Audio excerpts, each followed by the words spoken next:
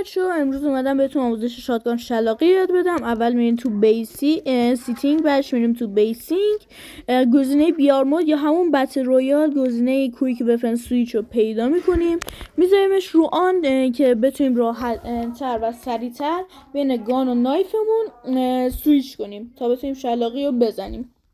بهش میرین بیرون، میرین تو بتل رویال، میرین تو لودات، نایفمون رو حتما کاتانا میذاریم چون نایف دیگه باشه نمیشه. البته میشه ولی خب تنها چیزی که من بلدم با کاتاناه و خیلی هم آسان تر از بقیه هست، هیچ درد سری نداره. کاتانا رو اکویپ میکنیم. هیچ اسکینی هم هر اسکینی هم که باشه فرق نداره، فقط کاتانا باشه. اکویپ میکنیم کاتانا رو، میریم داخل بازی. خب باش وقتی رفتیم داخل بازی، الان نها کنین اینجا واسه شلاقی زدم.